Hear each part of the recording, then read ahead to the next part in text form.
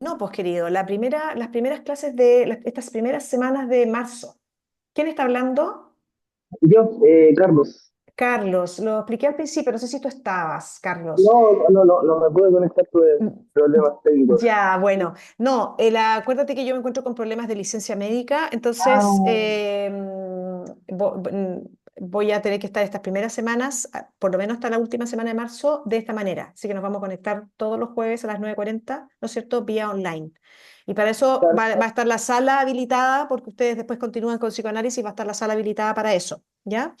Y espero ya encontrarme la primera semana de abril con ustedes presencialmente esta vez, ¿ya? o sea, vamos a volver con usted presencialmente a la cátedra directo, ¿o no? Prácticamente. Espero una semana antes estar con ustedes de manera presencial. Vale, muchas gracias. De nada. Y profe, le Dígame. dejé un mensaje. ¿Sí, Valentina? Sí, Ya, dele, no se preocupe.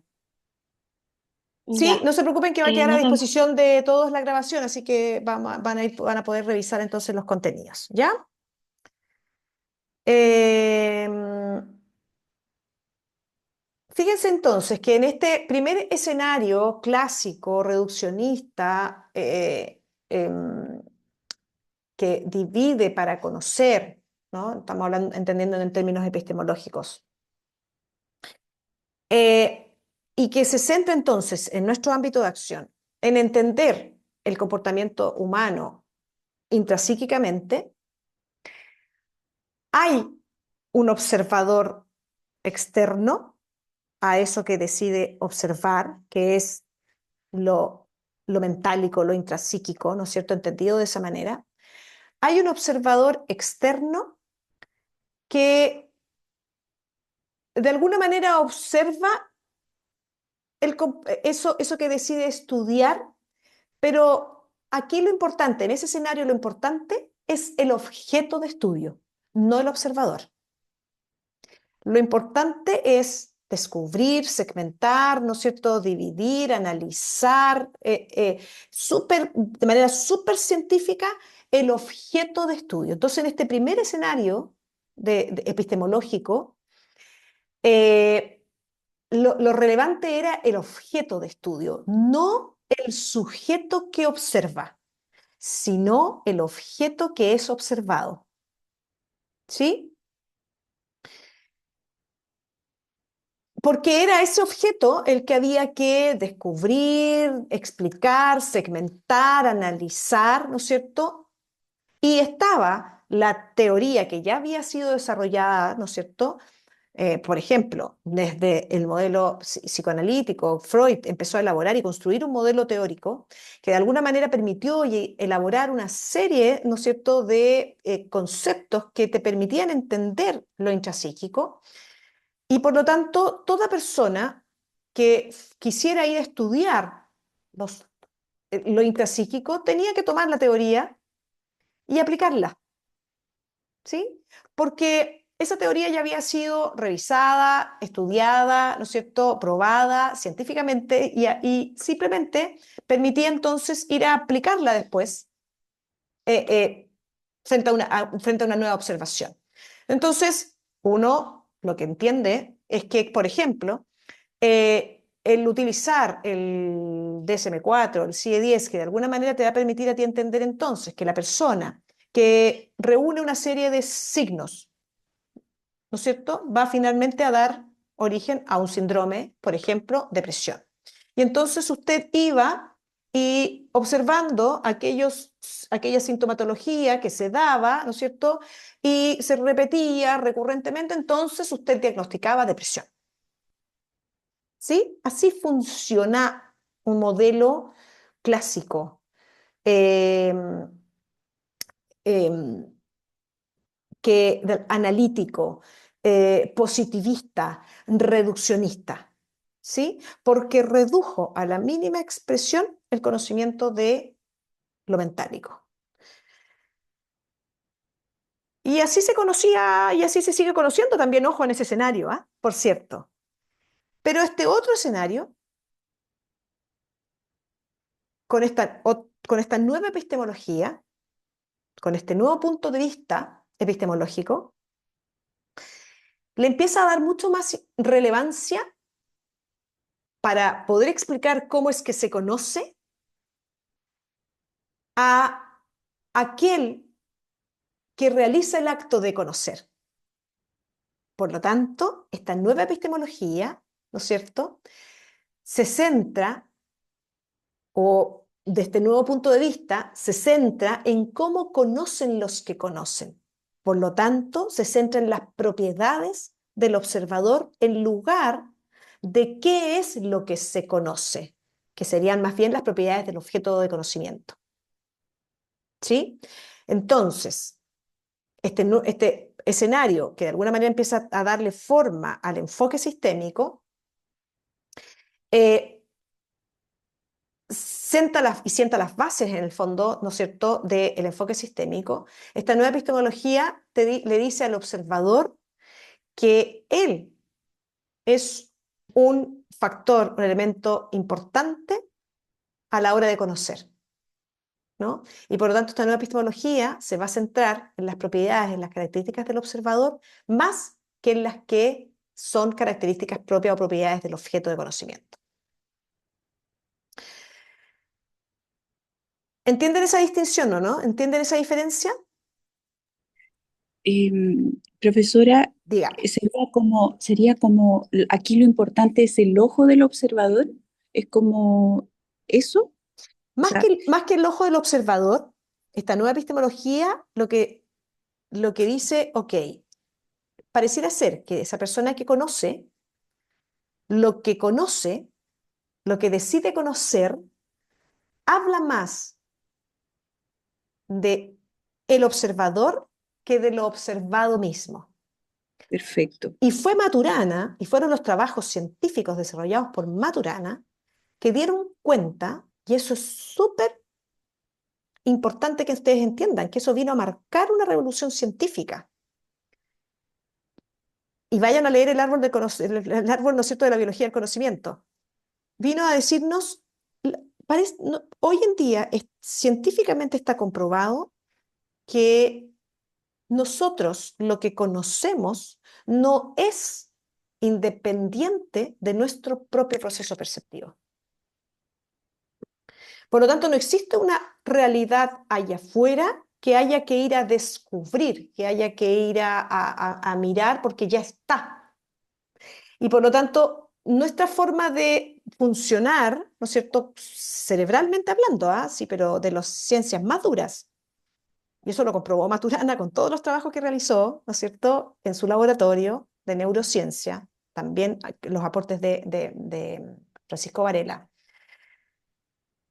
El cerebro no discrimina, no entiende cuando hay algo allá afuera sin poder percibirlo, sin pasar por su propio proceso perceptivo.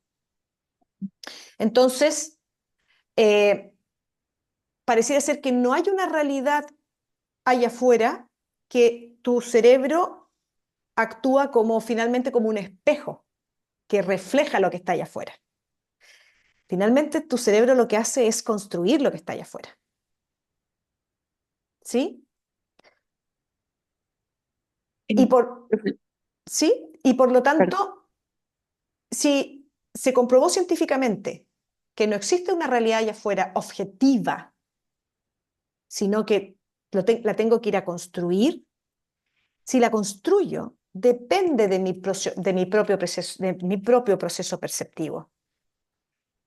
Y en mi propio proceso perceptivo influyen mis creencias, mis propios aprendizajes, mis emociones, lo que yo estoy viviendo en el día a día, todo. ¿Se entiende? Entonces, si no hay una realidad objetiva allá afuera, dice Maturana, ¿qué importa? No es ese el elemento interesante que hay que ir a descubrir. Lo que importa son los mecanismos, ¿no es cierto?, de acción que realiza el observador para ir a descubrir aquello que está afuera. Quiere decir que no existe la silla, no existe la mesa, no existe la lámpara. Sí, por cierto, existe. No es que no exista nada, ¿no? Pero no existen con independencia del observador. Y por lo tanto, claro, a través de un proceso de aprendizaje, dice Maturana, hemos ido entendiendo, y por eso actúa la memoria y todos los procesos, ¿no es cierto?, cognitivos y todos los procesos, ¿no sé?, de memoria que funcionan, recuerdo, etcétera, todos los procesos nosológicos funcionan, que tú vas aprendiendo que entonces a ese elemento de cuatro patas se le llama silla y entonces tú la recuerdas y tu cabeza es capaz de recordar una silla y entonces la silla existe para ti. ¿Cómo llevamos esta revolución científica a la comprensión de la psicología? Que cuando llega un paciente a la consulta y yo, terapeuta, soy el que empieza a conocer la realidad de esa persona, lo que yo escucho a través de mis preguntas, lo que yo estoy entendiendo que me responde, lo que yo estoy elaborando como conocimiento de la realidad de ese otro, tiene que ver mucho más conmigo como observador que con el propio paciente. A ver si me entienden este ejemplo. Si llega una paciente a consultar y empieza a describir una situación particular con su pareja, y yo como terapeuta vengo a lo mejor desde la casa con una problemática puntual de pareja, les aseguro que mi escuchar va a estar mediado por eso.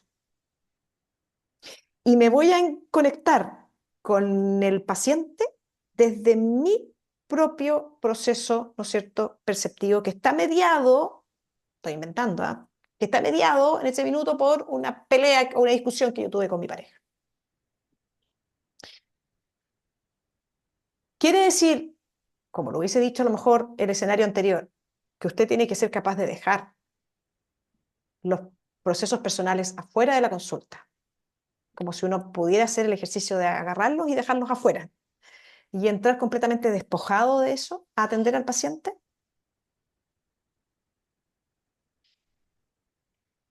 Si se pudiera hacer, les aseguro que entraríamos así, pero resulta que no se puede. Entonces, lo que sí se puede hacer es ser consciente de que lo que estoy escuchando tiene, parece que, ver más conmigo que con lo que el paciente está tratando de explicar. Y por eso, en nuestra disciplina, en el ejercicio de la psicología sistémica y todo lo que tiene que ver con el trabajo clínico, psicoterapéutico desde este enfoque, se traduce en un desafío para el observador, porque el desafío es de estar constantemente consciente de lo que me pasa a mí como persona del terapeuta. Para poder hacer el ejercicio, que no es fácil, ¿eh?, son años de entrenamiento también, y yo creo que uno nunca deja de hacer ese ejercicio. Eh, Uno nunca deja de hacer el ejercicio de tratar de ser consciente desde dónde estoy escuchando al paciente. Otro ejemplo, si viene una madre a consultar y viene con una problemática entonces con su hijo, viene el padre, la madre, ¿no es cierto?, y el hijo en el que implican que hay un problema, ¿no es cierto?, indican que hay un problema. Y resulta que yo soy madre y en el fondo me acoplo a la descripción que hace la madre de la situación y veo una madre que está sufriendo por eso. Y yo como madre estoy tan enganchada con mi ser madre, ¿no es cierto? Estoy tan, quiero llevarlo, lo llevo a cabalidad en absoluto y soy súper comprometida con ese rol, que resulta que empiezo a hacerle preguntas solo a la madre. Y poco interactúo con el padre y poco interactúo con el hijo. Bueno, esas cosas pasan. Y de esas cosas es súper difícil ser consciente en el mismo contexto psicoterapéutico. Y por eso en teoría psicología sistémica utilizamos la sala de espejo de mirada unidireccional. ¿Lo conocen? ¿La sala de espejo? Sí, Ya. ¿Por qué? Porque en el entrenamiento de la enseñanza de la psicoterapia, lo que hacemos precisamente es tratar de estar mirando desde fuera la interacción psicoterapéutica y mirar, por ejemplo, ese tipo de situaciones, que desde el mismo escenario, terapeuta-pacientes, a veces no es fácil de distinguir. Uno simplemente está ahí en una conversación, que es la psicoterapia, en un espacio donde simplemente fluye la conversación y a usted como terapeuta le pasan cosas y termina acoplándose, por ejemplo, a la descripción, al discurso de la madre. Porque le tocó el discurso, porque le hizo sentido ese discurso, porque se conectó con su emoción en ese minuto. Y entonces usted no es consciente que resulta que deja de conversar con el padre y el padre también tiene mucho que decir respecto de lo que le pasa al hijo. Entonces desde afuera del espejo es más fácil observar porque no estamos en el mismo sistema, ¿se entiende? sí, Súper. Entonces, esa es un poco la idea de que empiecen a entender cómo es que tomándonos, tomándose de todo lo que se estaba desarrollando en el ámbito científico en ese momento, del año 1950 en adelante, igual un poquito antes también, ¿ah? Yo siempre les estoy hablando desde el 1935, 1945, también se estaban desarrollando profundas investigaciones científicas que ya empezaban a cimentar este gran cambio revolucionario, ¿no es cierto?, en términos paradigmáticos. La la psicología sistémica empieza a crecer al alero, ¿no es cierto?, de este gran enfoque sistémico. Y empieza también la psicología a tomarse de aquellos elementos que ya estaban investigándose, ¿no es cierto?, en todo ámbito de acción. En el ámbito biomédico, en el ámbito tan científico como el que les estoy describiendo del todo el desarrollo neurocientífico que desarrolló Maturana, ¿no es cierto? En el ámbito antropológico, sociológico, etcétera.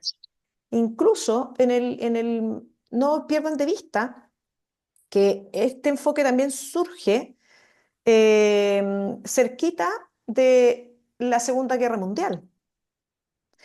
Y por lo tanto, cuando veamos cibernética, vamos a entender que todo el trabajo de Norbert Wiener tuvo que ver con todo el desarrollo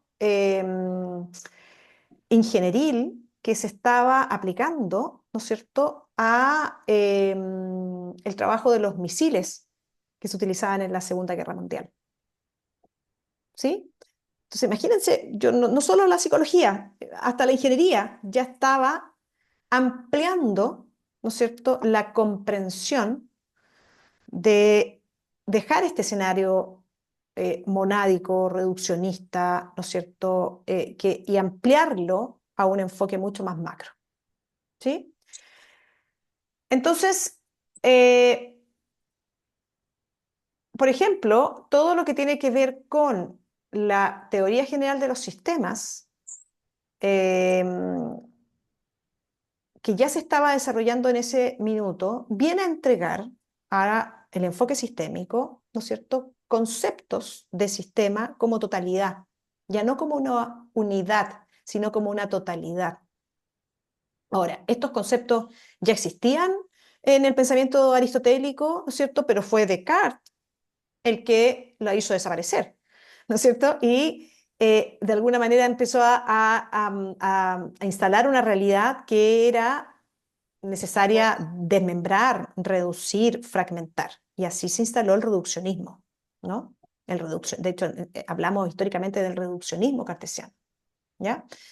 Entonces, después de la Segunda Guerra Mundial comienza a consolidarse en distintos lugares y en diferentes campos científicos un pensamiento ya no tan reduccionista, sino un pensamiento cada vez más totalizador y menos fragmentado. ¿Ya?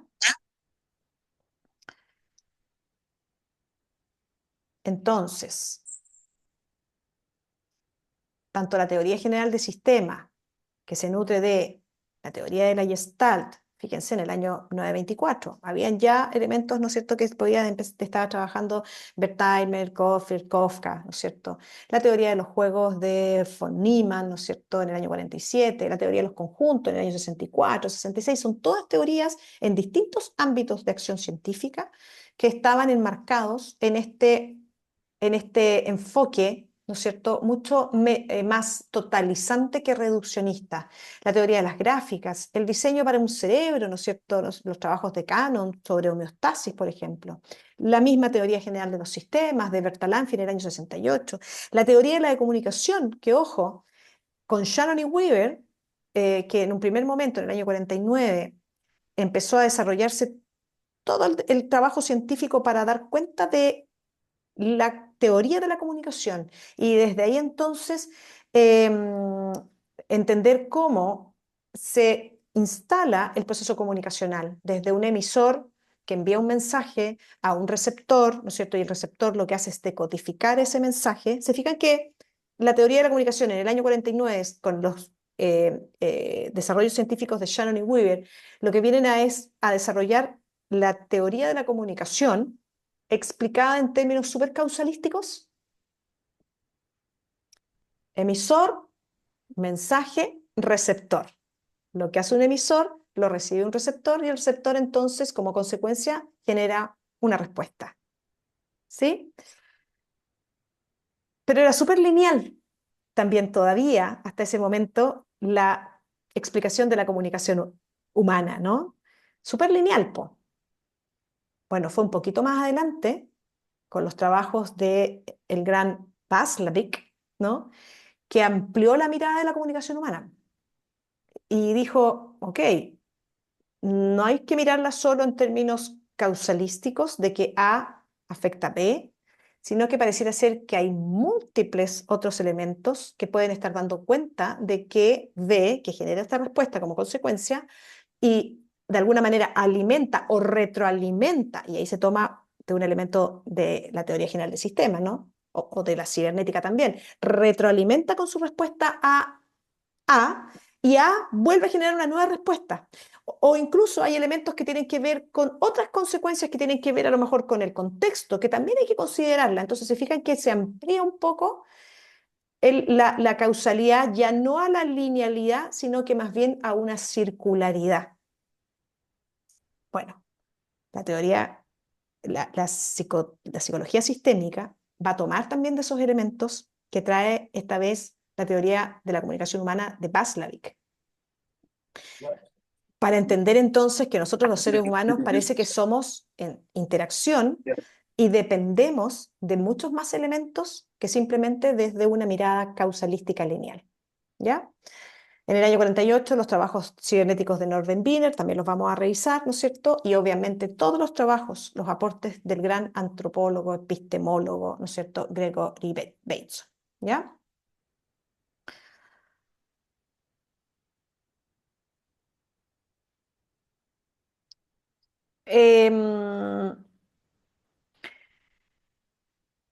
Si se instaló entonces con estos nuevos estudios que se estaban realizando en distintos ámbitos de acción científica,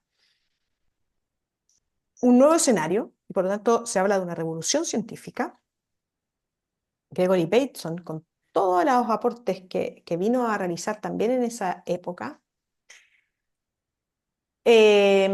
súper cuestionado también, ¿no es cierto? Había como una resistencia de dejar de pensarse la vida así, a empezar a pensarse una vida, una forma de acercarse al conocimiento de manera muy distinta.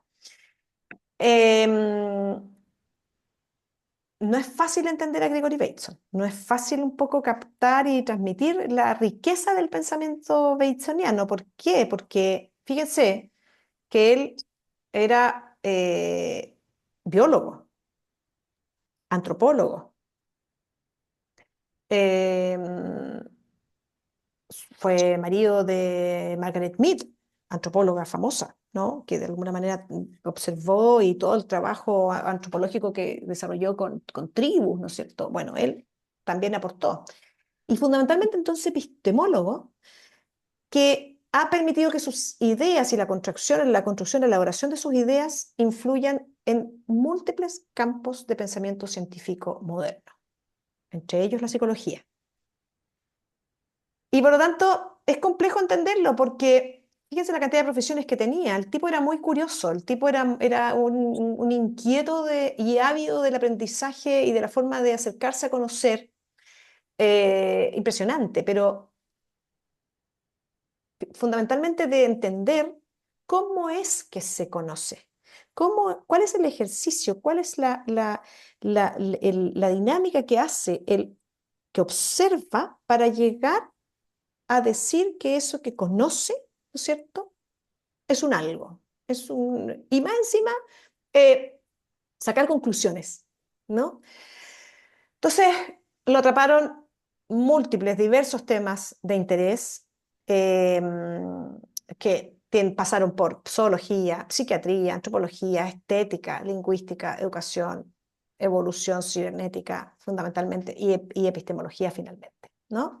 Entonces, el tipo, un pensador que marcó esta revolución, ¿no es cierto?, científica y que vino a plantar un poco, a sembrar un poco el escenario, ¿no es cierto?, epistemológicamente hablando, un escenario completamente distinto.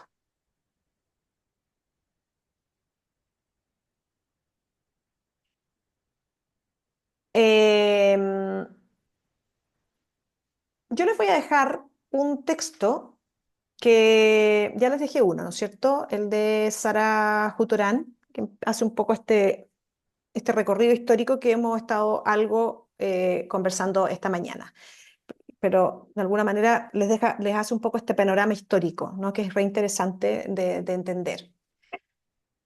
Y les voy a dejar también un texto de Gregory Bateson, pero Pasos hacia una ecología de la mente de Gregory Bateson. También lo pueden leer, ¿no? Es un libro maravilloso que también nos permite entender la epistemología batesoniana.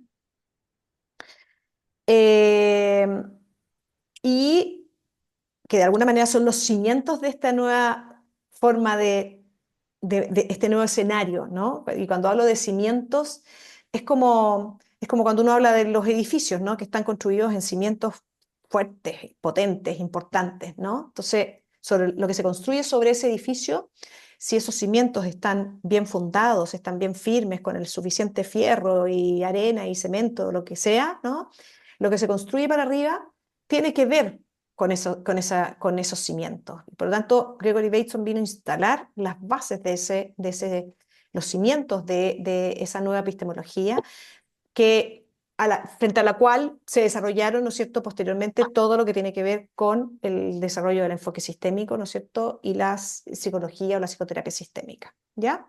Entonces les voy a dejar un texto que es bastante más amistoso, que nos invita a entender a Bateson, ¿ya? Eh, yo también los invito a ver como video, y aquí se lo voy a dejar en el chat, la entrevista que le hizo en el año 2001 Eric Goles, no sé si la han visto, perdón, Eric Goles a Francisco Varela. Véanla, es súper interesante porque de alguna manera muestra eh, un poco lo que ya estaba trabajando en ese momento, todo el trabajo científico que estaba desarrollando Francisco Varela. Profe, Dígame. lamento interrumpirla, pero muchos de nosotros tenemos que salirnos de la clase Sí, online para llegar a perfecto. la zona. No hay problema. Lo vamos a dejar hasta acá, yo lo sé. Lo vamos a dejar hasta acá. Por eso les digo, les voy a dejar, se los voy a subir también a la plataforma.